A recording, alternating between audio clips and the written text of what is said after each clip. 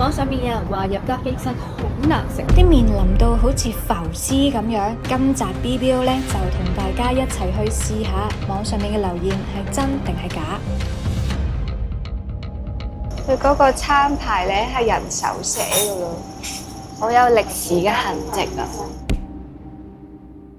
咁睇呢，其實個麵都唔係話腍啦。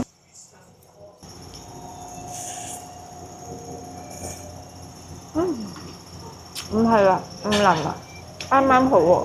個蛋望落都係靚仔嘅。OK 啊！哇，我好似坐咗時光機咁，好抵喎！20蚊就可以食到啦，同埋仲係要出前一丁喎。佢啲杯奶茶咧好滑啦，同埋茶味都好濃，佢濃得嚟咧係唔熱㗎咯，佢做得啱啱好。外觀上唔係咁討好喎，有啲腍腍地嘅感覺。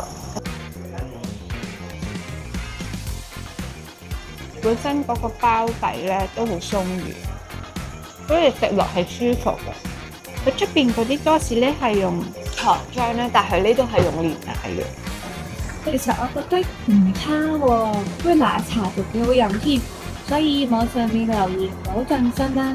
你哋有冇聽過仲有啲咩難食嘅餐廳？可以喺下邊留言話俾我知，等我開始食。